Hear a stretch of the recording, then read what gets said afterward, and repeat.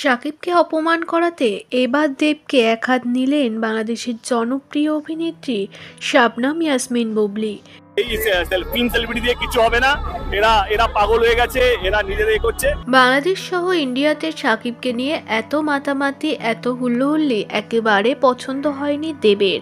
এবার একটি ইন্টারভিউতে সেটি সকলের সামনে বলে ফেললেন দেব, আর এ কথা এবার কান এড়ালো না বাংলাদেশের জনপ্রিয় অভিনেত্রী শাবনাম ইয়াসমিন বুবলী। শাবনাম ইয়াসমিন বুবলী বলে, অনেকেই অনেকের উন্নতি দেখতে পায় না, ইন্ডাস্ট্রি মানেই শত্রুতা, বন্ধু কারোর হয় না, কারোর ভালো হলে আর একজন হিংসা করে, এটাই ইন্ডাস্ট্রি।